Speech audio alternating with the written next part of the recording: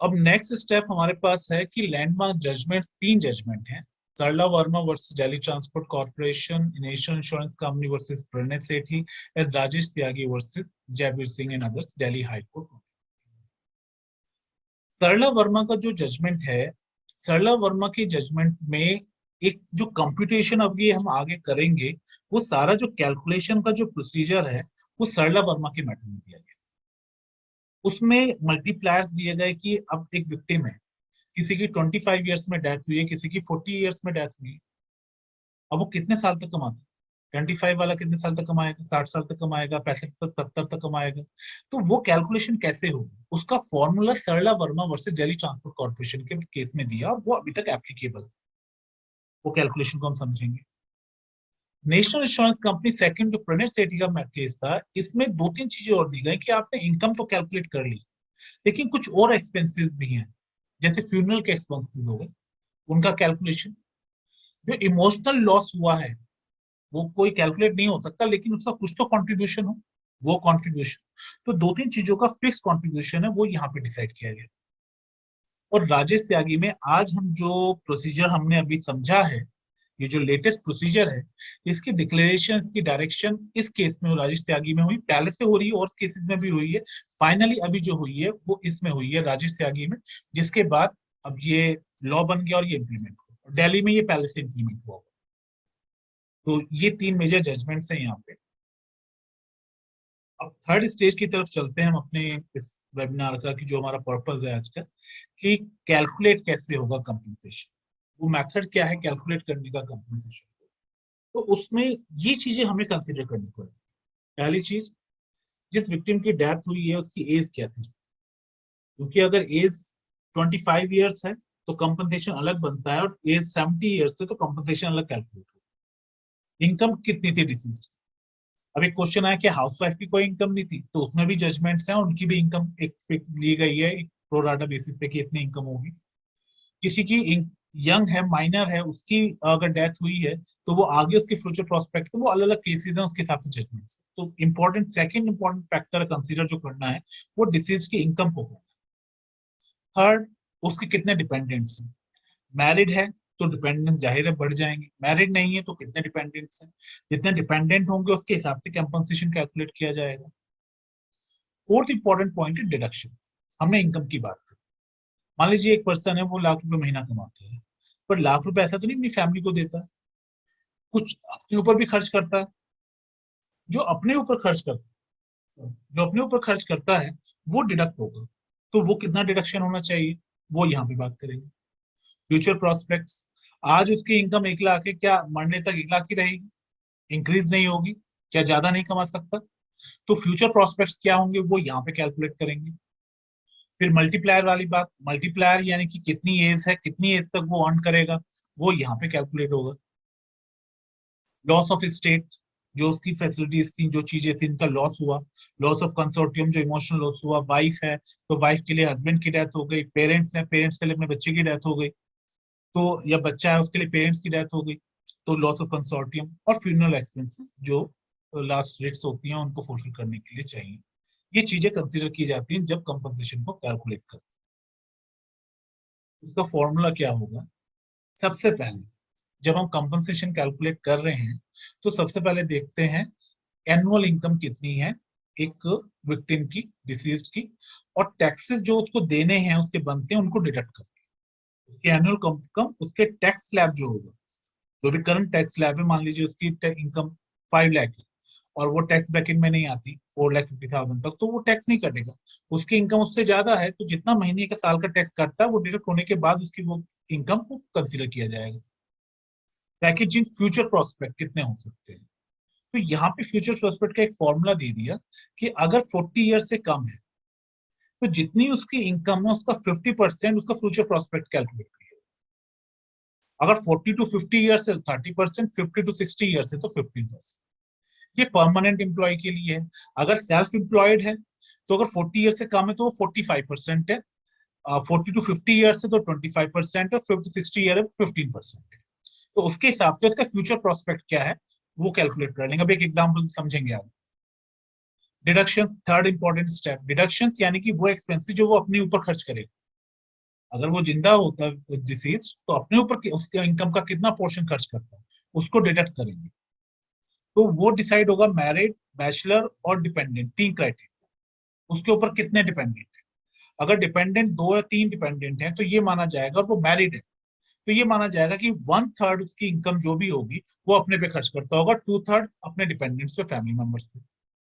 लेकिन अगर बैचलर है तो उसको 1/2 अपने पे और 1/2 डिपेंडेंट। ये जो बैचलर वाला रूल है ये बहुत हार्ड एंड फास्ट रूल नहीं है, बहुत स्ट्रिक्ट एप्लीकेशन नहीं है, क्योंकि बैचलर है और माइनर उसके वो है ब्रदर सिस्टर्स हैं, या अनमैरिड सिस्टर है, अनमैरिड ब्रदर है और वो भी उस पर डिपेंडेंट थे, अनएजुकेटेड है या माइनर है, तो वहां पे इस चीज को थोड़ा फ्लेक्सिबिलिटी है, हार्ड एंड फास्ट रूल नहीं है 1/2 वाला। दूसरा, अगर डिपेंडेंट 4 से 6 डिपेंडेंट्स हैं तो वहां पे जो मैरिड है उसका 1/4 डिडक्शन होगा पर्सनल एक्सपेंसेस का, और 6 से ज्यादा है तो 1/5 डिडक्शन होगा। तो ये हमारा कैलकुलेट होगा डिडक्शन उसके इनकम में से 50। अब नेक्स्ट स्टेप है मल्टीप्लायर। मल्टीप्लायर का मतलब क्या है कि कितनी एज है और कितनी एज तक वो कमाता है। तो इसका एक स्टैंडर्ड फॉर्मूला बन गया, अगर डिसीज की एज 15 से 25 ईयर्स के बीच में है तो मल्टीप्लायर यूज होगा 18। सबसे पहले उसकी एनुअल इनकम कैलकुलेट की, एनुअल इनकम में उसके फ्यूचर प्रोस्पेक्ट ऐड किए गए, फ्यूचर प्रोस्पेक्ट में से उसके डिडक्शंस माइनस किए गए, पर्सनल एक्सपेंसेस। अब जो इनकम आई है उस इनकम को मल्टीप्लायर से इनटू करके इतना कंपनसेशन उसको मिलेगा। यानी कि अगर 15 से 25 साल की उसकी उम्र है तो मल्टीप्लायर 18, 26 से 30 साल तो 17। तो इस तरीके से इस एज ग्रुप के हिसाब से चेक करके उसको मल्टीप्लाई कैलकुलेट होगा और उसी के हिसाब से उसको कंपनसेशन मिलेगा। फाइनल वो कंपनसेशन कैलकुलेट होगी। अब ये नॉन पिक्यूनरी अवार्ड्स है, हेड्स हैं जो आपका इनकम से रिलेटेड नहीं, ये फिक्स अमाउंट है। लॉस ऑफ स्टेट के लिए 15,000, लॉस ऑफ कंसोर्टियम के लिए 40,000 पर मेंबर। 40,000 पर मेंबर, जैसे हस्बैंड वाइफ है तो वाइफ के लिए 40,000, पेरेंट्स हैं फादर मदर हैं तो फादर मदर का 40,000। ये डिपेंडेंट का हो गया, उनका जो इमोशनल अटैचमेंट लॉस हुआ है कंसोर्टियम उसके लिए। Funeral expenses 15,000। अच्छा, अब प्रॉब्लम ये है कि ये जजमेंट जो आया है, ये प्रणय शेट्टी के मैटर, जो सेकंड हमारा जजमेंट था प्रणय शेट्टी का, उसमें ये चीजें डिसाइड की गई थी कि ये एक्सपेंसेस दिए जाएंगे। इसके अलावा वो जजमेंट था 2017 का, क्या 10 साल बाद भी यही रहेगा, फ्यूनरल एक्सपेंसिव और ऐसी चीजें ये रहेंगी? नहीं। तो वहां पे ये डिसाइड किया गया कि हर 3 इयर्स में 10% इसका एनहेंस हो जाएगा। यानी कि 17 में जजमेंट आया, 20 में 10% एनहेंस होगा, 23 में फिर 10% एनहेंस होगा। अगर कोई और जजमेंट आके इसको ओवर रूल नहीं होता या चेंज नहीं होता तो 10% एनहेंस हो जाएगा। ये हो गया। तो ये हमारा, ये तो कंप्लीट हुआ। कीजिए। तो टोटल कैलकुलेशन दो अमाउंट की मिलके हुई। पहला अमाउंट उसकी एनुअल इनकम मल्टीप्लाई करके, दूसरा ये जो अमाउंट कैलकुलेट हुआ इसको कैलकुलेट करके जो टोटल अमाउंट आएगा वो अमाउंट कंपनसेशन उसको मिलता है। तो हमने तीन चीजें अभी देखी। पहली चीज हमने देखी कि अब प्रोसीजर क्या है, फिर हमने 3 लैंडमार्क जजमेंट्स देखे जिनकी वजह से ये कैलकुलेशन आज प्रेजेंट स्टेटस जो है और जो अभी भी एप्लीकेबल। थर्ड, हमने कैलकुलेशन देखा कि कंपनसेशन का कैलकुलेशन कैसे किया जाता है जब कंपनसेशन डिक्लेयर करना हो। अब मैं आपको कुछ चीजें और शेयर करता हूँ एक वो करने के लिए। लेट्स सी, एक तो जो फॉर्म्स हमने डिस्कस किए थे वो फॉर्म्स आपको दिख जाएंगे। ओके, आई होप आप लोगों को फॉर्म्स विजिबल होंगे।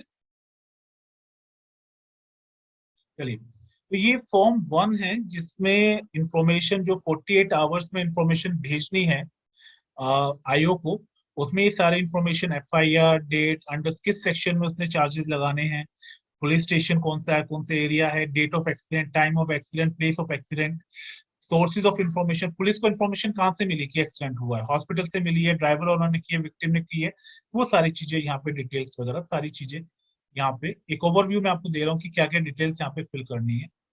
इसके बाद फॉर्म 2 आएगा। फॉर्म 2 ये है जो विक्टिम को दिया जाएगा। विक्टिम को यहाँ पे पूरा प्रोसीजर बताया जा रहा है, उसको एजुकेट किया जा रहा है विक्टिम को कि उसको क्या क्या चीजें, उसका राइट है, क्या क्या चीजें उसे मिलेगी, किस स्टेज पे क्या होगा, वो सारी इंफॉर्मेशन यहाँ पे विक्टिम को बताई जा रही है। ये सारी डिटेल उसने दे दी है। ये फ्लो चार्ट उसको मिलेगा विक्टिम को। इसी तरीके से ये दूसरा फॉर्म है, फॉर्म 3 जो ड्राइवर को मिलेगा। उसमें ड्राइवर की सारी इंफॉर्मेशन वो देगा, जो ड्राइवर की स्टार्टिंग की है वो तो हो गया ड्राइवर की details, age, date of birth, driver कितना, उसकी एजुकेशन एंड जेंडर, क्वालिफिकेशन क्या है, ऑक्यूपेशन क्या है, मंथली इनकम, ड्राइविंग लाइसेंस था उसके पास, लर्निंग था कि परमानेंट था, वो सारी चीजें ड्राइविंग की इंफॉर्मेशन यहाँ पे आएगी। नेक्स्ट फॉर्म में आएगी ऑनर की इंफॉर्मेशन। ये ऑनर की इंफॉर्मेशन है कि जो vehicle details, registration number, colour, make and model, registering authority name, कहाँ पे है, कौन सा व्हीकल है इनमें से, वो सारी चीजें डिटेल्स। मतलब एक क्लेम को, केस को जो भी इंफॉर्मेशन चाहिए डिजायर्ड उसको कंक्लूजन तक पहुंचने के लिए, वो सारी इंफॉर्मेशन यहाँ पे। अब आयो के लिए ये फॉर्म है कि उससे क्या क्या इंटरिम एक्सीडेंट रिपोर्ट जो वो फाइल करेगा उसमें क्या क्या इंफॉर्मेशन फिल करनी है, वो सारी डिटेल्स यहाँ पर है। तो ये फॉर्म्स हैं सारे। तो मेन चीज है कि इसको सारे केस को बहुत सिंप्लीफाइड कर दिया। अब विक्टिम में अगर माइनर है तो माइनर की इंफॉर्मेशन यहाँ पे फॉर्म 6A में आएगी।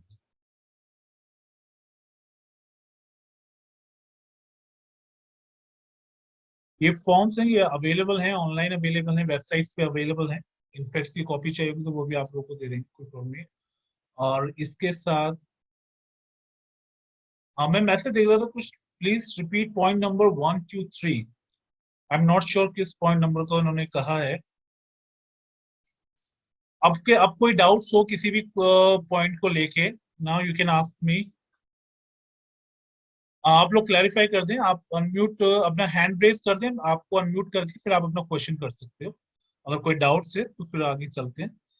आप लास्ट में जैसे एक चीज यहाँ पे मेंशन रह रही है जो, हाँ मानस से। सर हाँ, ये जो आपने सेल्फ एम्प्लॉयड के लिए बताया था, एक बार परसेंटेज दोबारा बता दें, ये सेल्फ एम्प्लॉयड की। सेल्फ एम्प्लॉयड के लिए परसेंटेज में 5% का चेंज है। ये 45% है लेस देन 40 ईयर्स के लिए, और इसमें 4 to 5 ईयर्स के लिए 25% है, 50 to 60 ईयर्स के लिए 15% है, सेम, वो सेम। ठीक है। और अब एक मैं और कोई क्वेरी तो आप लोग पूछ लो। इन द मील माइल में आपको एक केस जो लैंडमार्क जजमेंट, लैंडमार्क नहीं मतलब लेटेस्ट जजमेंट है इस पॉइंट पे, वो आप लोगों से शेयर करता हूँ, उसको डिस्कस करते हैं। हाँ हाँ, ओमपाल सिंह शर्मा वर्सेस, इसमें केस में क्या हुआ, ये ओमपाल सिंह वाला जो केस है, इसमें केस में ये हुआ कि विक्टिम गाड़ी से जब ड्राइव कर रहे थे, गाड़ी के सामने एक बुल आ जाता है, उसकी वजह से ड्राइवर अपना कंट्रोल खो देता है। और थोड़ा नेचुरल भी समझ सकते हैं, गाड़ी चल रही है और सामने एकदम से कोई बुल आ जाए तो उसको बचाने में, एक जो डिसीज था उनकी डेथ हो गई, आई थिंक प्रिंस शर्मा नाम है यहाँ पे, और उनकी फैमिली ने कंपनसेशन के लिए क्लेम किया। जब ये मैटर ट्रिब्यूनल के पास गया तो ट्रिब्यूनल में जो इंश्योरेंस कंपनी थी, इंश्योरेंस कंपनी ने ये कहा कि ड्राइवर की इसमें कोई नेग्लिजेंस नहीं है, नो फॉल्ट है, और बुल अगर सामने अचानक से आ गया तो वो जो कर सकता था उसके कंट्रोल के बाहर थी ये चीज, उस चीज को कंट्रोल करना। इसलिए इसको नो फॉल्ट लाइबिलिटी का एक प्रोविजन है, जब किसी की फॉल्ट नहीं है तो उस केस में इसको नो फॉल्ट लाइबिलिटी में 50,000 का कंपनसेशन विक्टिम की फैमिली को दिया गया। ये फिर दिल्ली हाईकोर्ट में गए। दिल्ली हाईकोर्ट में ये कहा कि एक्ट ऑफ गॉड का मतलब है वो एक्ट जो ह्यूमन कंट्रोल के बाहर है, ह्यूमन से कंट्रोल नहीं कर सकता। अर्थक्वेक आ गया, जमीन फट गई, गाड़ी उस पर चली गई, नहीं कंट्रोल कर सकते, तो that is the control, act of God. ये केस एक्ट ऑफ गॉड नहीं है, क्योंकि अगर ड्राइवर की स्पीड कम है गाड़ी की और वो केयरफुल है तो उस एक्सीडेंट को वो अवॉइड कर सकता था या इंजरी की क्वांटिटी को कम कर सकता था। तो ये कहना एक्ट ऑफ गॉड है, बिल्कुल गलत। तो हाई कोर्ट ने इसको डिनाई कर दिया और कंपनसेशन कैलकुलेट किया। अब आइडियली सिस्टम क्या है कि जब क्वेश्चन क्या था कि वो है या नहीं, तो वो डिनाई करने के बाद एक प्रोसीजर ये है कि हाई कोर्ट मैटर को रेफर कर देती है वापस ट्रिब्यूनल पे, और ट्रिब्यूनल उस पर कंपनसेशन डिसाइड कर। लेकिन इस मैटर को ऑलरेडी 8 to 10 ईयर्स हो गए थे, तो हाई कोर्ट ने वहीं पे कंपनसेशन कैलकुलेट किया, और ये जो हमने फॉर्मूला अभी समझा है कैलकुलेशन का, उस फॉर्मूले से किया, उसको हम एक बार यहाँ पे देखते हैं। ये जो विक्टिम था ये कांस्टेबल था पुलिस में, की सैलरी थी 9,870 रुपीज, कुछ और चीजें थी जो डिडक्ट हो गई थी, उसके साइकिल चार्जेस और चार्जेस, उसको हटा के। तो पहला स्टेप क्या हुआ, एनुअल इनकम निकाली। Annual income, monthly income multiply by 12, 1,18,440। फिर हमारा सेकंड स्टेप क्या था, फ्यूचर प्रोस्पेक्ट। तो इसकी एज है 23 ईयर्स यहाँ पे विक्टिम की। तो 23 ईयर्स के लिए 50% तक फ्यूचर प्रोस्पेक्ट, 40 ईयर्स से बिलो है। तो 50% फ्यूचर प्रोस्पेक्ट, तो 1,18,000 का हाफ कितना हो गया, 1,59,220। तो टोटल इनकम उसकी कितनी हो गई, original income plus future prospect, that makes 1,77,660। अच्छा, उसके बाद नेक्स्ट स्टेप क्या है, डिडक्शंस करना। तो डिडक्शंस, ये अनमैरिड था विक्टिम, और दो पेरेंट्स थे, मदर और फादर, तो दो डिपेंडेंट थे। तो इसका जो वो लगा, वो हाफ लगा ये डिडक्शन। जब हाफ डिडक्शन लगा तो 1,77,000 में से 88,000 माइनस हुए, तो इसकी जो इनकम बैलेंस बची वो बची 88,830 रुपी कंपनसेशन। अच्छा, मल्टीप्लायर हमने देखा था कि बिलो 25 है, अगर 18 to 25 की एज है, तो मल्टीप्लायर कितना लगना था, 18 लगना था। तो यही जो इनकम है उसको 18 से मल्टीप्लाई किया, दैट मेक्स 15,98,000। फिर अदर जो हेड्स थे, loss of state 15,000, loss funeral expenses 15,000, consortium, loss of consortium 40,000, mother 40,000, parent, वो calculation plus 10% upward revision of every 3 years, तो 1,10,000। ये इनका टोटल 1,10,000 आ रहा है। लेकिन यहाँ पे 10% बोला है, लेकिन कैलकुलेशन में यहाँ पे 10% इंक्रीज नहीं किया है। हो सकता है वो टाइम पीरियड ना आ रहा हो, 3 ईयर्स कंप्लीट, 22 का केस है, 77 है, तो एक 10% इंक्रीज होना चाहिए। आई थिंक ये टाइपोग्राफिकल एरियर है केस की, ऑर्डर की। तो टोटल कंपोजिशन जो कैलकुलेट होता है वो बनता है 15 लाख, तो यहाँ पे डिसाइड हुआ था 98,000, 1,10,000, इन तीनों चारों सम का addition, that makes 17,10,000। 17,10,000 compensation victim की फैमिली को, डिसीज की फैमिली को मिलना चाहिए। और इसमें 50,000 माइनस कर दिया है, जो कि कंपनसेशन था, नो फॉल्ट लायबिलिटी में दिया गया था विक्टिम को फैमिली, तो वो माइनस करके 16,60,000 विक्टिम की फैमिली को दिया गया, प्लस इंटरेस्ट। इंटरेस्ट जो दिया गया वो 7.5% पे दिया, और केस डिसाइड होने के बाद 6%,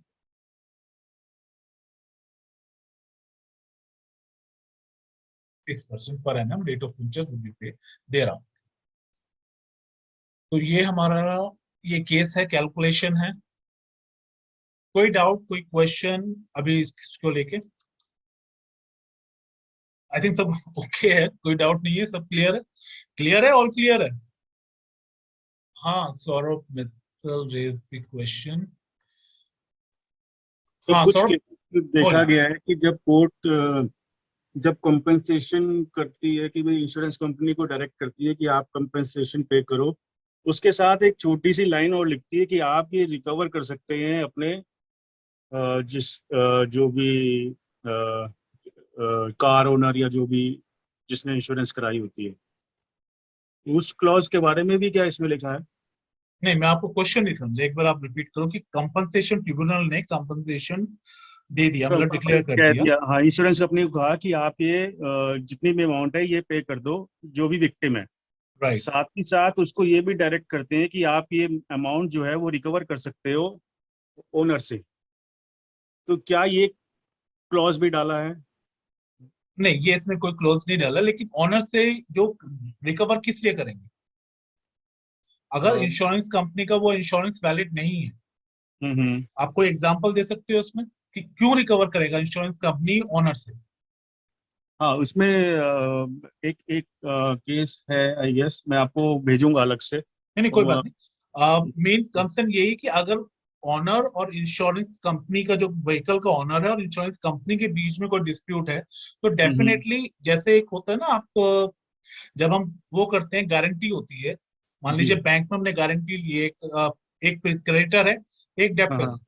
जिसने डेप्टर लिया है, उधार लिया, उसने अपने गारंटर लगाया है, तो जी। बैंक के पास राइट है दोनों से क्लेम करने का। ओके। वो गारंटर से भी क्लेम कर सकता है और प्रिंसिपल डेप्टर से भी क्लेम कर सकता है। और हम्म गारंटर के पास ये राइट है कि लेटर ऑन वो प्रिंसिपल डेप्टर से कलेक्ट करोगे।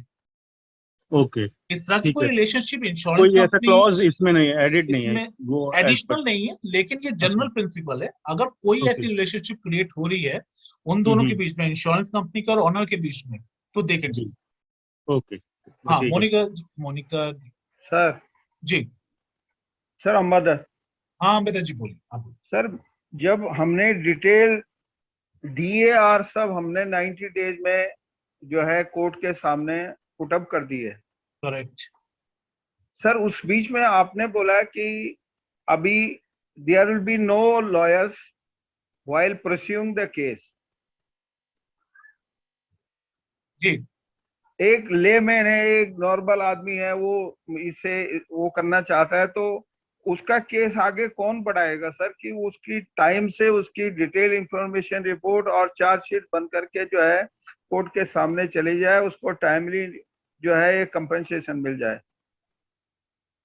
अब ये रिस्पॉन्सिबिलिटी आयोग की ड्यूटी है कि जो जो इंफॉर्मेशन इस कंपनसेशन को क्लेम करने के लिए, अवार्ड करने के लिए ट्रिब्यूनल को चाहिए, वो Yes. टाइम बाउंड तरीके से आयोग प्रोवाइड करे कोर्ट। ओके। तो डिफरेंट स्टेजेस पे फॉर्म्स हैं, Yeah. रिपोर्ट्स हैं, 3 रिपोर्ट्स हैं, Yes. उसका टाइम बाउंड है। Yes. आपकी जो डार की डिटेल एक्सचेंज रिपोर्ट है 90 डेज के अंदर सबमिट करनी है। Yeah, yeah. लेकिन ये Yes. एडिशनल बेनिफिट दिया गया विक्टिम की फैमिली को कि उन्हें जरूरत नहीं है एडवोकेट एंगेज करने की। लेकिन Yeah. Yeah. अगर कोई विक्टिम, कोई डिसीज चाहता है एडवोकेट एंगेज करना, तो डेफिनेटली वो कर सकते हैं अपनी गाइडेंस के लिए। Okay, sir. This was the my doubt ki if he wish, then he can just can any definitely advocate for Right. pursuing his case. Right right. Yes. I have Thank a you, sir. question now.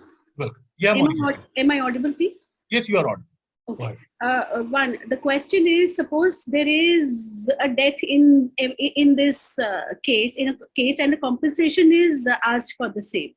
Now, in the case of death, the postmortem report is filed, and then you need the statement of the doctor also who's conducted the postmortem in a particular case, and the doctor refuses to come because it is an out of state case, and despite giving the diet money and everything, the doctor does not come despite summons.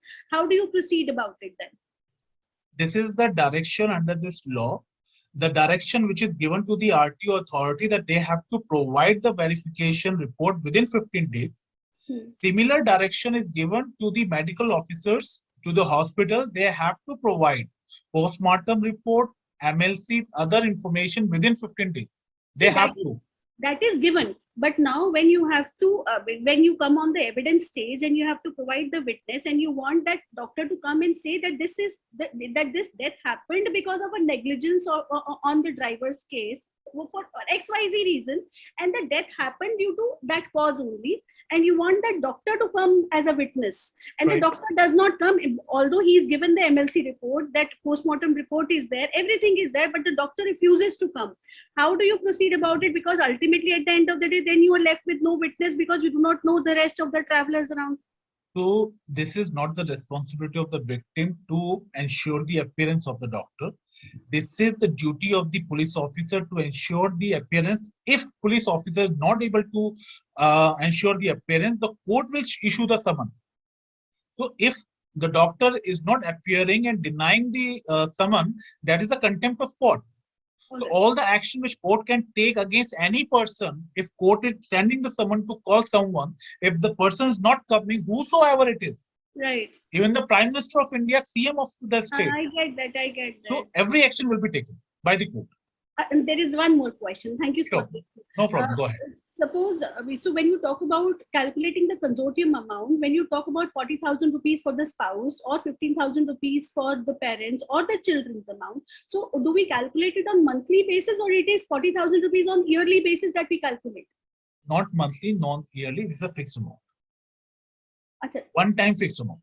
only 40,000 rupees. Only 40,000. That's the fixed amount. So that is the only consortium that you get. So when you calculate actually amount for a person who's died who's 55 years old, died in a particular car accident, in a bus accident, road accident, the only person who becomes liable to pay is either the insurance company or the state, right? insurance company or the state, and then the owner of the, if it's now in the case the owner is the state. The Yes. state is responsible, either insurance company or the So state. that driver is absolved of all the responsibility upon him because it is the state who is going to be paying for the same. No. Okay. Now, driver's role is two. One, if the driver is negligent, so on the side by side, there is a criminal complaint is going on. Now, again, I'm sorry, I'm talking about this particular case because that I am dealing with right now. Now, doctor, that since they did not find any eyewitness or probably IO took money, I'm sorry, I'm being very forthright about it, or whatever happened in the case, the driver, they did not find any witness to the particular incident, so driver has been absolved of his the criminal liability and has been given clean sheet from the criminal case. Because these people did not get to know that there was a case going on. They tried to reach out, the IO did not inform him, then they did not find witness, blah blah blah happened, and he is absolved now. Now what has happened is only this case that is there wherein they're seeking compensation because their father died in a state bus wherein he hit the divider and he hurt his head, and there was an injury, and then his brain, some nerve damage, and he died because of that pressure on his head. So now that driver says, I don't have any responsibility. I am absolved of the criminal responsibility also because he's been cleared by the state. They did not find anything. Now, the bus is not insured, as usually the state buses are. The bus was not under insurance. So the insurance company says that the insurance was already over. We have no responsibility. The only responsibility lies with the state. Now the state says you have to call the driver, ask him that it was his, we get his evidence done, get this done, they're trying to delete the matter. This is the major issue, major concern due to which this procedure is changed. What is the date of the accident and what is this case? How old is it? It is around 5 years old case. It is still going on, and we only get around one hearing in 9 months. One hearing in 9 months. You can do one thing. You can meet me or contact me personally. We can proceed it further. What best we can do together, we can do that. But the problem which you are sharing, this is the old procedure. These are the loopholes. These are the issues for which this new procedure came into picture. Because now the responsibility, they are giving it to the victim. The family of the victim, they have to arrange the witnesses, they have to do all the things. We are chasing every witness, we are chasing every evidence, we are chasing now that this happened outside of Delhi state, this happened somewhere in Punjab. So now going out, reaching out to people, asking people to come, it has become actually a pain in, pain for us, because then victim, there is hardly any person there, 2 children and a female and very elderly father and everything. So obviously we as a lawyer have a very limited capacity of going everywhere and seeking out the information. That's right. That's the loopholes which need to be changed, and it is changed with this law. So we'll see some improvement in future. We hope so. But thank you so much, please. You're welcome. Okay. Next is Aradhya, Miss Aradhya and Manas Ranjan. You may ask the question. Okay. Sir ये जो आपने थोड़ी देर पहले आपने बताया था कि driver पे क्रिमिनल केस अलग से चलेगा, तो ये एडवोकेट प्रोसीड करेगा या फिर क्या बोलते हैं, जिस तरीके से इसमें ट्रिब्यूनल करता है वैसे ट्रिब्यूनल ही करेगा? मानस, पहली बात, एडवोकेट करेगा नहीं, एडवोकेट करेंगे. Sorry to interrupt you. थोड़ा सा हम, क्योंकि हम सब उसी प्रोफेशन से हैं, तो we need to talk it with respect. दूसरी बात, ये जो क्रिमिनल केस है वो स्टेट परस्यू कर रही है, जो क्लेम वाला है वो ट्रिब्यूनल है. ये 2 डिफरेंट कोर्ट्स हैं. जो एफआईआर है वो क्रिमिनल कोर्ट में मैटर जाएगा. 173 की जो चार्जशीट है वो क्रिमिनल कोर्ट में फाइल होगी, और जो ड्राइवर है वो अपने एडवोकेट को हायर करना चाहे वो अपने एडवोकेट हायर कर सकता है अपने आपको डिफेंड करने के लिए. वो स्टेट केस है. जो सेकंड कंपनसेशन वाला है, ये कंपनसेशन एमएसटी, ये मोटर एक्सीडेंट क्लेम ट्रिब्यूनल में जाएगा. तो ये 2 चीजें पैरेलल चल रही. मानस, क्लियर है? आंसर हो गया आपका? डाउट तो नहीं है? अच्छा, क्लियर. ठीक. Miss Aradhya, you can ask question. हाँ बोलिए, just a minute, you have to unmute first.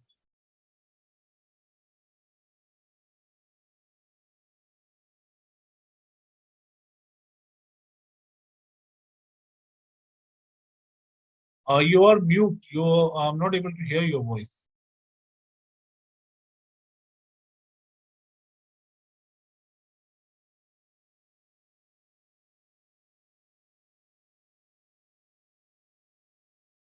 Okay, let's take another one in the meanwhile. Chiranjeev, yes.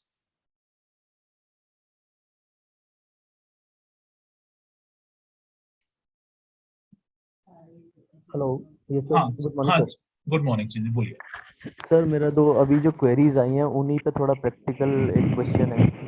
हाँ बोलिए। सर आवाज आ रही है? हाँ, आपकी आवाज आ रही, क्लियर। सर अभी एक सर ने क्वेश्चन पूछा था कि जैसे कोर्ट में ऑर्डर हुआ तो इंश्योरेंस कंपनी रिकवर कर सकती है उससे, ओनर से। सर तो इंश्योरेंस कंपनी तो मतलब कोई स्पेसिफिक केस होगा तभी, अदरवाइज तो प्रीमियम इज ऑलवेज मतलब पे किया जा सका, तो हर केस में तो आई थिंक ये होगा नो नहीं instruction. No, it can't be, it can't be. Insurance लेने का पर्पज ही ये है, जो इंश्योरेंस लिया जाता है उसका पर्पज ही है कि रिस्क को डिवाइड करना। यस। जब इंश्योरेंस के बेसिक हम वो करते हैं सेशन में, तो एक चीज समझते हैं कि इंश्योरेंस आया कहाँ से है। ये सी वहां से जो चीज है ना, मेन पर्पज ही है कि जो रिस्क है उसको डिवाइड करना। कि इंश्योरेंस मान लीजिए 1000 गाड़ी है, और 1000 गाड़ी में से साल में 2 गाड़ी का एक्सीडेंट होता है, और 2 गाड़ी में 10 लाख रुपए देने हैं, तो जो ओनर है उसको देने हैं। अब एक ओनर के 10 लाख देना मुश्किल है, लेकिन 1000 गाड़ियों पे 1000 ओनर 10-10 रुपए कंपनी वो देते हैं प्रीमियम इंश्योरेंस कंपनी को, और इंश्योरेंस कंपनी उनको एक को दे दे। तो ये इंश्योरेंस कंपनी की ड्यूटी है कि वो पे करे। हाँ तो ये जो मतलब जो They भी cannot claim benefit, from owner unless and until there are some other situation or हाँ तो particular ये जो situation. भी पेमेंट होगा ये इंश्योरेंस कंपनी की तरफ से ही Insurance होगा। company is liable to pay if the insurance is confirmed. Confirm. Thank you sir. And second query You're welcome. Sir, एक रिक्वेस्ट है, ये जो Go ahead. अभी एक मैडम ने केस डिस्कस किया जो भी पंजाब एक्सीडेंट केस, Right.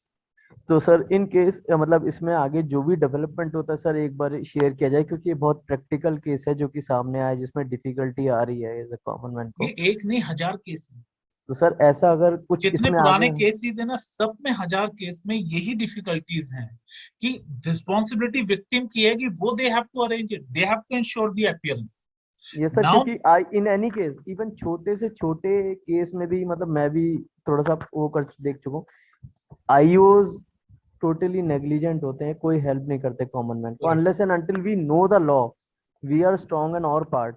और हर बंदा एडवोकेट को हायर करने में सर थोड़ा सा आपको पता है कि आज की डेट पे नहीं कर फाइनेंशियली सकते। थोड़ा सा, हाँ तो मतलब हमें मतलब एटलीस्ट ये होगा कि कुछ पता चलेगा तो हम शेयर कर पाएंगे आपस में और बिल्कुल एटलीस्ट किसी की हेल्प कर पाएंगे। तो अगर बिल्कुल इसमें कुछ डेवलपमेंट आता है तो प्लीज शेयर किया जाए ऐसे कुछ मतलब जो केसेस बिल्कुल। हमारे। जो मैम शेयर कर रहे थे वो है, अगर आप लोग ग्रुप में हो, जो वेबिनार का ग्रुप था उसमें, या फिर एलपीए की ऐप पे हो, तो डेफिनेटली जो भी अपडेट्स होगा वो आप लोग शेयर कीजिए।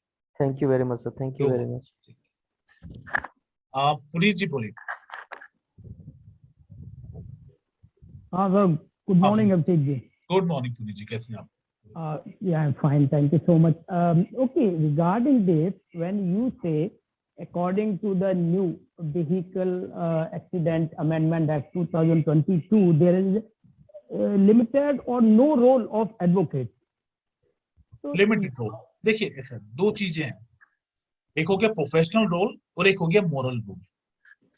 तो आप जानते हैं कि एडवोकेट को मार्केटिंग अलाउड नहीं होती, डॉक्टर्स को मार्केटिंग अलाउड है, लेकिन एडवोकेट्स को मार्केटिंग अलाउड नहीं है। क्यों नहीं है?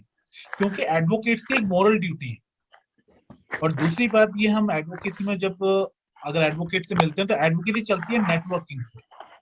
आई डोंट नो नेटवर्किंग की क्या डेफिनेशन है, लेकिन जो मैं समझता हूँ नेटवर्किंग की डेफिनेशन ये है कि आपके आसपास कितने लोग हैं जो आपसे ट्रस्ट करते हैं आपके नेटवर्क में।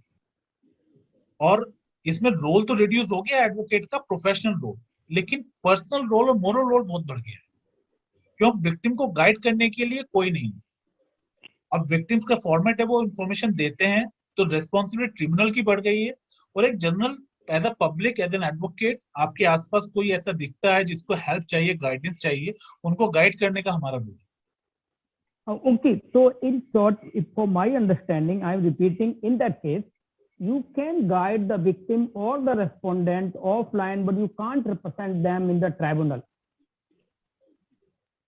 There's no need to represent at this stage, but if a victim want to engage an advocate, there's no bar on it. Okay, there's no bar on this. Okay, They have reduced the Amendment requirement. Act bars the advocate to represent somebody. This has to be by tribunal himself. Right. It does not bar, but it has Okay. reduced the requirement. Okay, fine.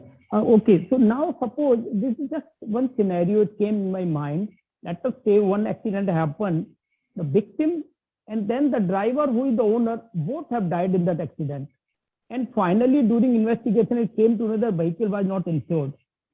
In that case, how the claim will be disbursed? How it will be calculated? One thing, you said the driver is died. Who is the other person? Victim Victim was the third Vic- person. and the other person, the driver who is the owner actually. He is Owner, died. Mhm. both have died. And now And this is a during- question. If the During owner would not, investigation, it found the vehicle was not insured. the insurance company role is ended. Then and there.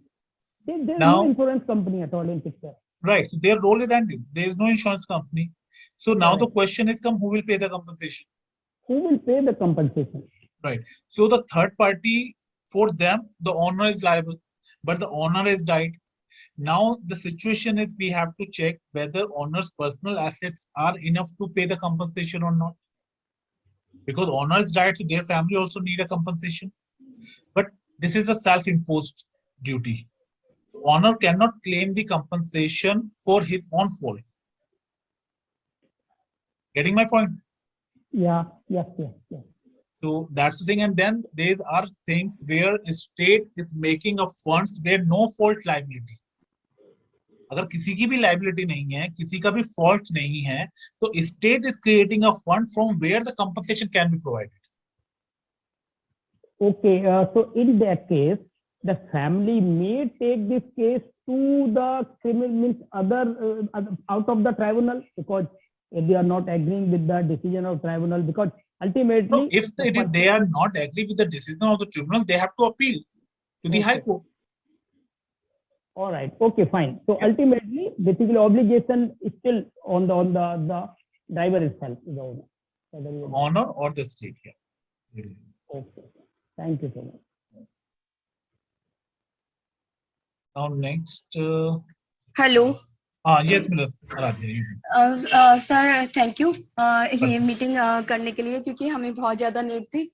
Sir मैं आपसे ये बोलना चाहूंगी कि अभी ये 279-304 ए में rush driving के लिए सर चलो मैं उसकी तरफ से हूँ, मतलब प्लेंटिफ की तरफ से।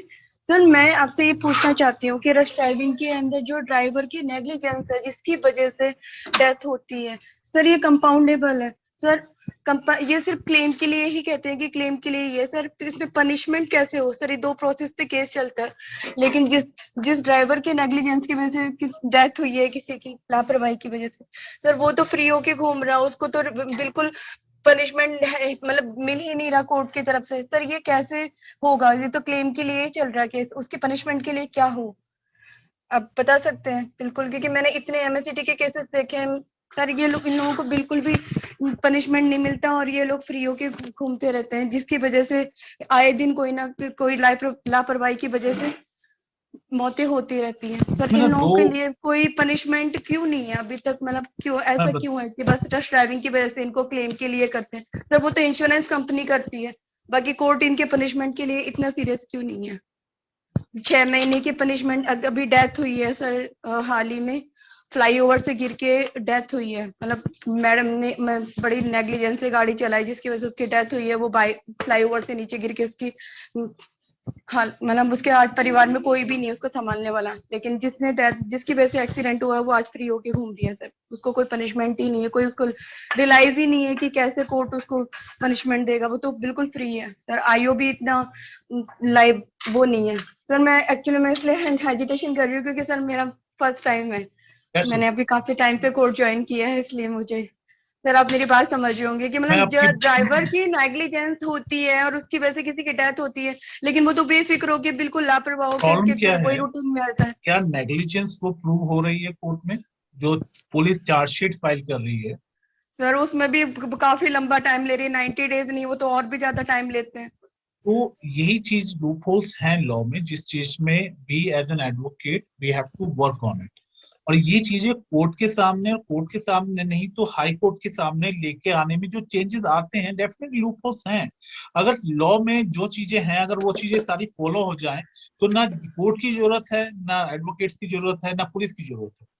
पर वो चीजें फॉलो आईओ नहीं से होती। जाके आईओ से जाके कंसल्ट करते तो कहते कि हम प्रोसेस पे लगे हुए हैं, हमें भी आप ये हमें उस भी मैटर की बात कर रहे हैं जो अभी फ्लाईओवर पे एक लेडी ने गाड़ी से बाइक को मारा था और बाइक से लड़का नीचे गिर गया था हाँ फ्लाईओवर से? सर बिल्कुल, मैं उसी की बात कर रही हूँ। उसमें ये है कि अब वो जिसकी डेथ हुई है उसके परिवार वाले यही डिस्कस कर रहे हैं कि उस औरत को पनिशमेंट कब मिलेगा। आईओ से बात करते तो आईओ यही कहता है कि मतलब ये हम लोग लगे हुए हैं, हमें भी पता है कि बहुत अभी मेजर कितने दिन एक्सीडेंट हुआ हुए है। हैं? आप सुनिए मेरी बात। सर अभी 5 मई को ही हुआ है, लेकिन 5 अभी मई को तक हुआ उन्होंने है। कोई खास सर वो मैडम तो बिल्कुल फ्री होके घूम रही है, उनका तो कोई मतलब ही नहीं है, कोई नहीं रिलाइज ही नहीं, सुनिए, सॉरी बोल करके हट गए वो। नहीं सॉरी बोल के नहीं हटे। आप इस मैटर में मैं पर्सनल आपको हेल्प कर सकता हूँ। आप जब अभी इसका थोड़ा सा वेट करो, और इसमें जो लेटेस्ट चीजें हैं, पुलिस जी को 90 दिन 60 दिन के अंदर चार्जशीट फाइल करनी है। उन्होंने क्या चार्जशीट फाइल की है, क्या चीजें की हैं, अगर नहीं होती तो we can take up this matter.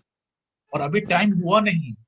हम इन्वेस्टिगेशन, पुलिस को भी हम सर ये अभी नहीं बोल सकते कि 2018 में इन्वेस्टिगेशन नहीं जयपुर किया। में भी एक केस हुआ था जिसमें हेड कांस्टेबल थे जो कि अपनी ट्रेनिंग के लिए गए थे, रश ड्राइविंग के चक्कर में उन्होंने मतलब रात को 8 बजे फ्लाईओवर से उनका भी ऐसे ही डेथ हुई है। सर उनकी बॉडी के 4 पार्ट हो गए, डेथ हो मतलब इस तरीके से गिरे वो बिल्डिंगों के अंदर फ्लाईओवर से। सर उसमें भी अभी तक कुछ भी नहीं हुआ, ये तो 2018 का डेफिनेटली ये केस। प्रॉब्लम्स तो हैं ही, लूपहोल्स हैं जिनकी वजह से मतलब चीजें हो रही हैं। पनिशमेंट तो मिली नहीं, क्लेम भी नहीं मिला। कम से कितना कम टाइम हो क्लेम गया उस नहीं मैटर मिले को? तो पनिशमेंट तो मिल जाए, पनिशमेंट तो मिले 2018? सर। नहीं मिलना चाहिए, कंपनसेशन भी मिलना चाहिए, सर क्लेम भी ये मिलना चाहिए। मैंने अभी भी देखिए, हम कोई डिसीजन वगैरह पढ़ रहे हैं तो उसमें यही हो रहा है कि हाँ पनिशमेंट का चल रहा है कि पनिशमेंट मिलेगा। सर इस तरह से इनको पनिशमेंट तो मिलता नहीं है। सर ऐसा कुछ बताइए कि जिसकी वजह से इनकम क्लेम तो मिलेगा। क्लेम कंपनी पास करने में सर बहुत टाइम लगा देती है, 7-8 साल 10 साल, पता नहीं कितनी जितना भी टाइम लगता है। कहते हैं कि लगे हुए हैं कंपनी की तरफ से प्रोसेस की भी जल्दी हो जाए, लेकिन ऐसा कुछ नहीं हो रहा। सर कम से कम इनको ऐसी हाल ये जो रश ड्राइविंग करते हैं इनको पनिशमेंट तो मिलना ही चाहिए। एक बिल्कुल मतलब मिलना घर के चाहिए, एक बिल्कुल जो मिलना कमाने चाहिए। वाला इंसान है ये उसी की डेथ करके मतलब इनको कोई परवाह ही नहीं है, भाई हो गया सो हो गया। कोई मतलब इनको जरा सा भी महसूस नहीं होता कि किसी के परिवार का इन्होंने एक बहुत बड़ा हिस्सा छीन लिया और अब उसकी डेफिनेटली वो डेथ हो गई। बहुत सारे मैंने ऐसे केसेस जब मैंने देखे, क्योंकि मेरे फादर भी इंश्योरेंस ब्रांच में थे, तब वो जो मैं ये जो डिस्कस होता था तो बड़ा बहुत ज्यादा फील होता था कि जिसकी नेग्लिजेंस की वजह से एक परिवार का एक बहुत बड़ा जो है कमाने वाला वो ही चला गया, जिसके ऊपर बच्चे आश्रित हैं, माता पिता पत्नी, उनको कोई देखने वाला ही नहीं। कंपनी क्लेम पास करते करते बहुत लंबा टाइम ले लेती है और उस इंसान को कोई सजा नहीं मिल पाती। सर इसके लिए कुछ अलग ऐसा नहीं है कि कम से कम हम उनको पनिशमेंट तो दिलवा सकें, क्लेम तो पास होता रहेगा। इसी के लिए अब ये दो चीजें हैं। कंपनसेशन तो एक चीज हो गई जिसके लिए लॉ चेंज हुआ है, और ये 1 अप्रैल 2022 से एप्लीकेबल हुआ है ऑल ओवर इंडिया। तो डेफिनेटली जी कुछ चेंज आएगा। सेकंड, आएगा। जहां तक आएगा, जहां तक दूसरी सवाल है क्रिमिनल लॉ का, जहां पे ड्राइवर की नेग्लिजेंस के लिए पनिशमेंट नहीं हो रही है, ये एक बहुत वेग हो गया। आई अंडरस्टैंड कि होती हैं चीजें, क्यों होती हैं? क्योंकि उसको कोई प्रोसीड नहीं करता। ये केस जैसे हुआ ड्राइवर के अगेंस्ट हुआ, अब ड्राइवर का चार्जशीट कौन फाइल करेगा? पुलिस करेगा। केस कौन कर लड़ रहा है? स्टेट लड़ रहा है। अब विक्टिम खुद इतना कैपेबल नहीं है, खुद उसको कंपेंसेशन की जरूरत है, वो कैसे एडवोकेट करेगा, कैसे उनको फाइट करेगा? अगर कोई फाइट करने वाला हो, वहां पुलिस के लूप होल्स दिखा सके, इन्वेस्टिगेशन में कुछ लूप होल्स हैं तो उनको हाईलाइट कर सके, तो डेफिनेटली पनिशमेंट है। तो इसी तो के लिए जो 90 प्रो डेज तो बोनो ये केसेस लोग ले होते ही हैं, लेते हैं। चलो मतलब उनको कोई लॉयर मिल भी गया जो उनकी विदाउट उसके लिए हेल्प कर रहा है, अभी फाइनेंशियली समझ रहा है, कोई परिवार का ये है जो उनकी हेल्प कर रहा है, फिर भी ये प्रोसेस ऐसा है। पुलिस कहती है कि 90 दिन हम लोग मतलब चार्जशीट फाइल करने में 90 दिन लग जाते हैं, उसके बाद में प्रोसेस चालू होता है। सर ऐसे करते करते इतना लंबा टाइम निकल जाता है, अब वो तो है। पनिशमेंट मिलने का उसमें नाम अब तो इसमें कोई कुछ नहीं कर सकता। कर यही कर सकते हैं with the time of period of time, जो इम्प्रूवमेंट्स हुए हैं आगे हम भी उस चीज को चैलेंज करें, एज एन एक्टिव एडवोकेट आप लोग भी उसे चैलेंज करें आगे। तो वही है, with the process there would be things and things are sir getting यही तो इम्प्रूव्ड। हम आपसे पूछना चाहते हैं, थोड़ा इसके बारे में बताइए। यही है, with the process over the. Next Bhupendra Rana ji, आप बताएं।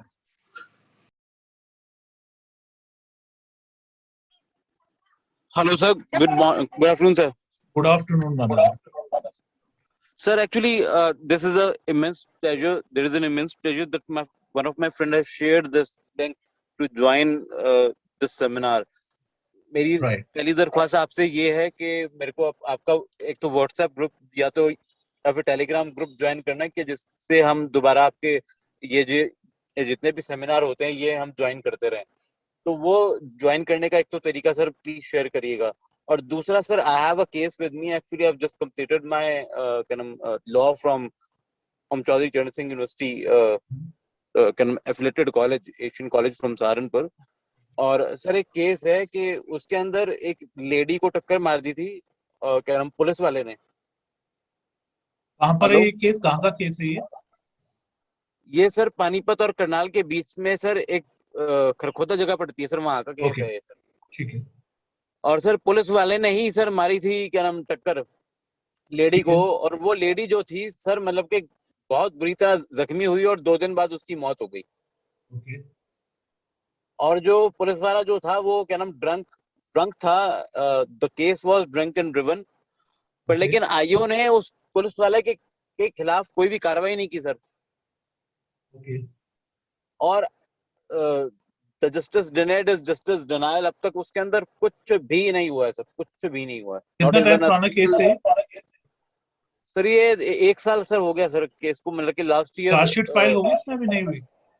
हाँ जी, चार्जशीट फाइनल रिपोर्ट फाइल हुई सर? चार्जशीट तो सर हाँ सर, चार्जशीट है। चार्जशीट तो उसी को आप कंटेम्प्ट कर सकते हो, चार्जशीट को अपोज कर सकते हो, री इन्वेस्टिगेशन के लिए बोल सकते हो उनको। और री इन्वेस्टिगेशन किसी इंडिपेंडेंट अथॉरिटी से, क्योंकि पुलिस वाले इन्वॉल्व हैं, और जिस पुलिस वाले इन्वॉल्व है वही पुलिस अथॉरिटी अगर कर रही है तो यानी कि वो फेयर इन्वेस्टिगेशन नहीं हुआ। Yes, तो डेफिनेटली actually loopholes हैं, we have to fight for it, definitely. तो मेन तो यही है कि जो बहुत जल्दी से ना पुलिस के अगेंस्ट भी आई विटनेस कोई आएगा नहीं वहाँ, तो वही चीज हमें ढूंढनी है, कलेक्ट करनी है, वो चीजें फाइट करनी पड़ेगी। डेफिनेटली हम री इन्वेस्टिगेशन के लिए और चार्जशीट को चैलेंज कर सकते हैं कि जो चार्जशीट इन्वेस्टिगेशन वो फॉल्टी है, उसको री इन्वेस्टिगेशन के लिए उसको कंपेल किया। Okay sir. और सर आपको मतलब कि आपका व्हाट्सएप ग्रुप या फिर आपका contact number, so that we can get the info to join your. अगर आप लोगों को नॉर्मली व्हाट्सएप ग्रुप शेयर हुआ है, अगर आप लोगों का व्हाट्सएप ग्रुप ज्वाइन नहीं हुआ है तो आप legal professional academy Google play store पे डाउनलोड करोगे तो उसको डाउनलोड कर लोगे, तो वहां से आपको एक बैच है लाइब्रेरी का, तो वहां पे कोई भी ज्वाइन हो सकता है, वहां पे आपको ऐड कर देंगे तो वहां पे आपको अपडेट आ जाएगा नेक्स्ट। ठीक है, legal professional group, legal professional academy play store से डाउनलोड करो। ओके।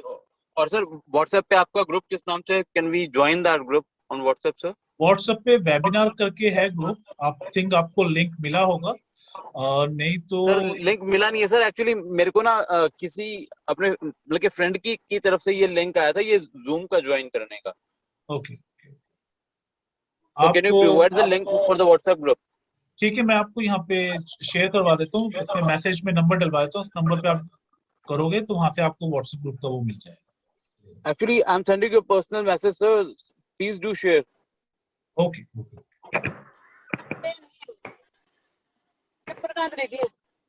नेक्स्ट आशीष बोलो। हाँ जी सर। सर मैं पूछ रहा था, जैसे आपने टाइम पीरियड्स बताए थे कि क्या कहते हैं 50 डेज 90 डेज, सर ये time period in that case ये कोविड के टाइम पे होता तो क्या वो टाइम पीरियड एक्सटेंड होता या फिर क्या कहते हैं उस टाइम पीरियड के अंदर ही इन्वेस्टिगेशंस होती? आशीष, ये ऐसा होता है कि जब कोई एक्सेप्शनल सिचुएशन आती है तो हाई कोर्ट का इनका एक वो आता है लिमिटेशन का, इस पीरियड कोविड के टाइम पे डायरेक्शंस आए थे हाई कोर्ट के कि जो लिमिटेशन का पीरियड है कोविड का, जिस टाइम लॉकडाउन रहा और सीरियस सिचुएशन है, जिस टाइम कोर्ट बंद रहे, उस पीरियड से लेके उस पीरियड तक वो लिमिटेशन में नहीं आएगा। ओके। और उसमें और कुछ हाँ बोलिए। सर एक चीज और, जैसे हर केस में मैं जितने भी मैं केस देख रहा हूँ उसमें यही होता है कि हर केस में टाइम पीरियड फिक्स होता है कि ये चीजें इतने टाइम में करनी है ये चीज। तो सर इस हर केस के लिए ये डिसाइड नहीं हो सकता कि भाई हर केस का डिसीजन क्या कहते हैं इतने टाइम पीरियड में डिसाइड हो जाए, क्योंकि काफी केसेस है जो कि कोई 15 साल चल रहा है, कोई 10 साल चल रहा है, कोई लिमिट ही नहीं है टाइम केस के डिसाइड डिसीजन की। देखो आशीष, देखो एक चीज है, अगर ये फॉर्मेट हर केस में डिसाइड हो गए तो एडवोकेट का रोल ही खत्म हो जाएगा। नहीं सर वो पहले। बात आपकी एग्जैक्टली लेकिन ठीक है। जो टाइम बाउंडेशन है ना, टाइम हाँ जी। बाउंडेशन है, लेकिन वो लूप होल्स हैं। कोर्ट में एडजमेंट कौन लेता है? एडजमेंट लेने का एक फेयर रीजन भी हो सकता है और एक अनफेयर रीजन भी हो सकता है। राइट एक सर। फेयर रीजन है कि एक क्लाइंट है, उसको कुछ इन्फॉर्मेशन देनी है, इन्फॉर्मेशन आज ही आई है, वो एडवोकेट के पास तैयार नहीं हुआ उसे सबमिट करने का। कई सारे केसेस में एडजमेंट लेगा, मुझे आप नेक्स्ट डेट दे दें, एक वीक का टाइम दे दें, मैं नेक्स्ट में फाइल कर दूंगा।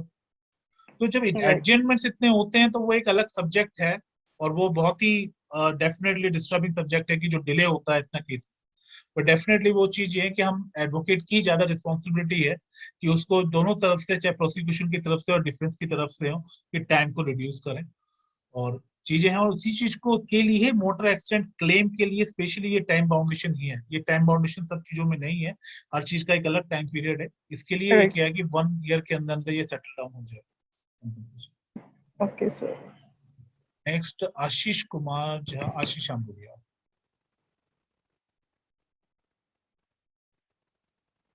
एक मिनट, आपको अनम्यूट कर रहा हूं मैं। Thank you sir. Most of the cases में जो कॉमन चीजें हैं वो ड्राइवर फ्री हो जाता है, और जो जिसका परिवार खोया है वो दर दर की ठोकरें खाता है, आइदर एडवोकेट के पास या आईओ के पास या फिर कोर्ट के पास।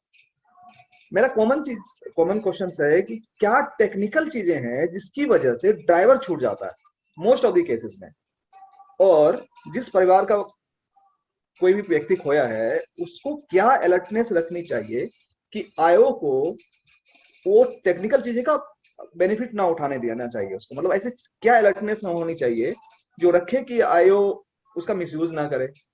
और साथ में एक क्वेश्चन और ऐड कर रहा हूं कि अगर आईओ अपनी रिस्पॉन्सिबिलिटी ब्रीच करता है, पूरी नहीं करता है, तो लीगल में ऐसा क्या क्या चीजें हैं जो उसके खिलाफ कार्रवाई हो सकती है और कुछ हार्ड कार्रवाई एक्शंस हो सके। तो अगर ये थोड़ा सा आइडिया देंगे तो मेरे ख्याल से बहुत सारे लोग इससे अवेयर हो जाएगा, एंड वो फैमिली भी ध्यान रखा करेगी। आशीष, आपने 2 क्वेश्चन करे। पहला क्वेश्चन आपने किया कि एक विक्टिम के लिए, विक्टिम की फैमिली के लिए क्या डूज एंड डोंट्स हैं कि जो ड्राइवर है या जो एक्यूज है वो फ्री ना हो। करेक्ट। इसके ना 2 एक्सपेक्ट है।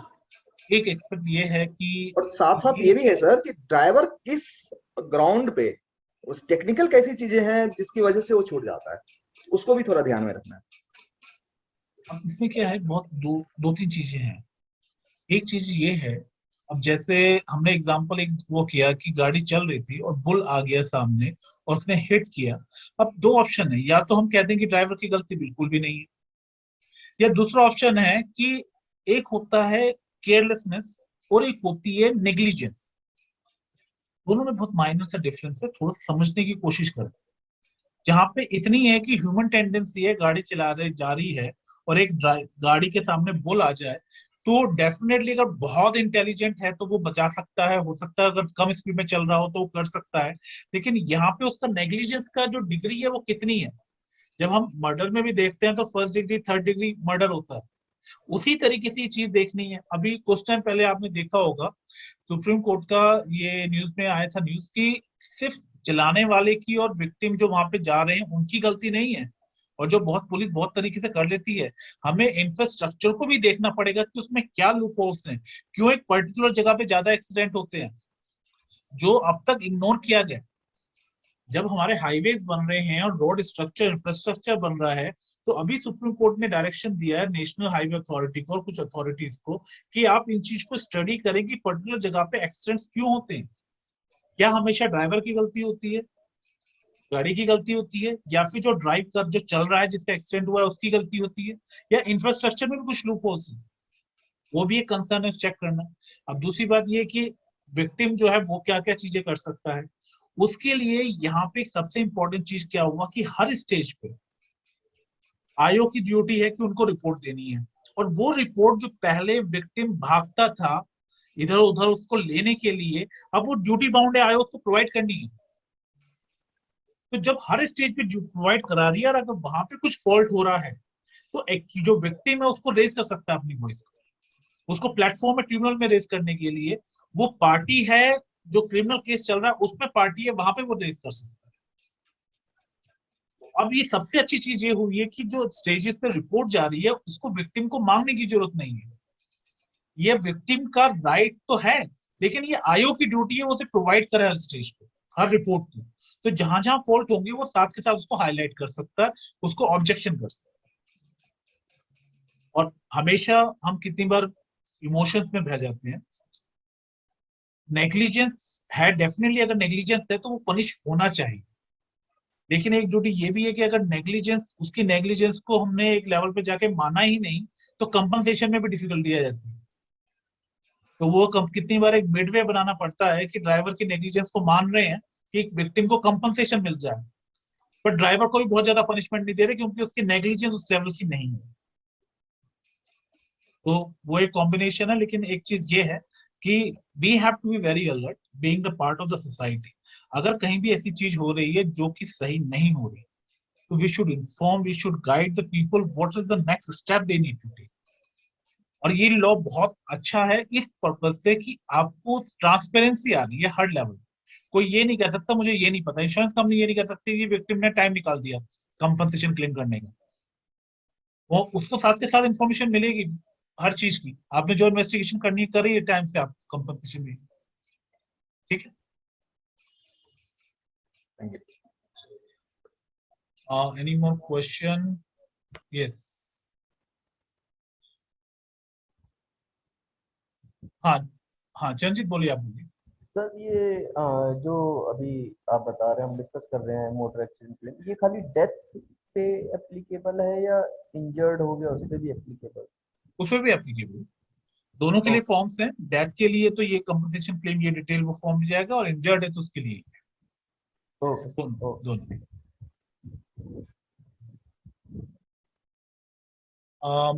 हाँ मोनिका बोलिए आप।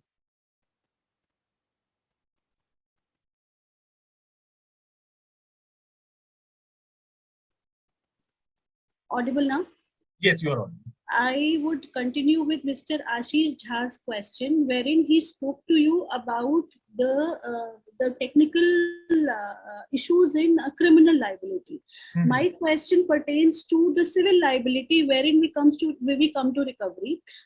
How can we further the processes, wherein what are the lacunas that we need to keep in mind so that the process is unhindered by various things that happen over a period of time, so that the compensation is given to the family as early as possible. For example, suppose there is a case wherein we requested for the compensation, filed a petition when the claimant, when the petitioner, the victim's wife is nearly 40 years. By the time the children are also 18 years, 20 years.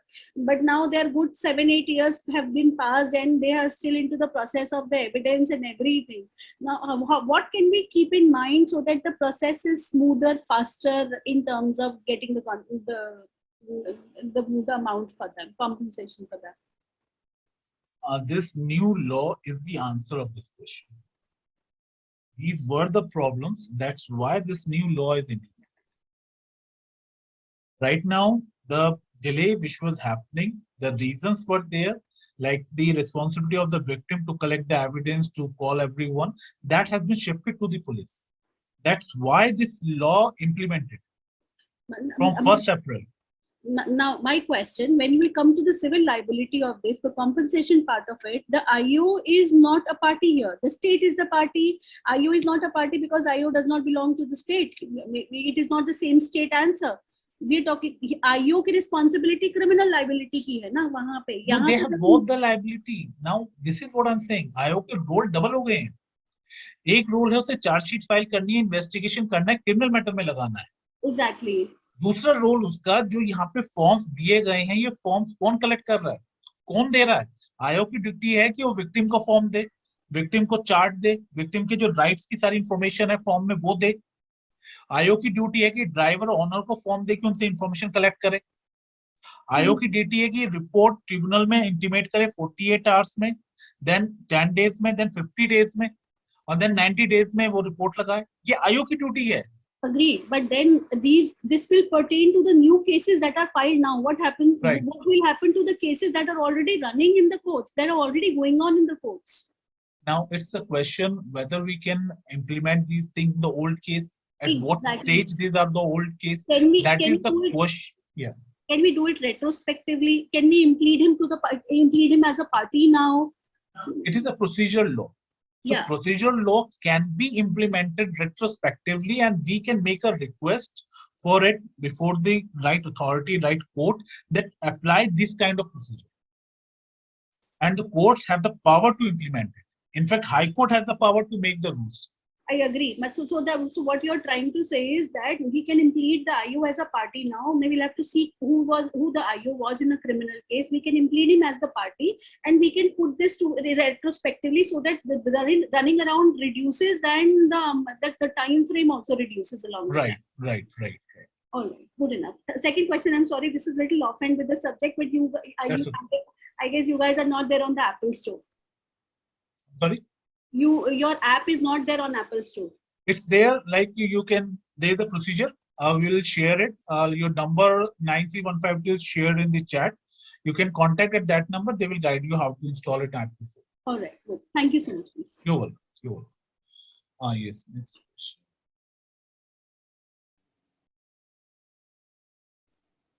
हाँ, भूपेंद्र जी आप बोलिए।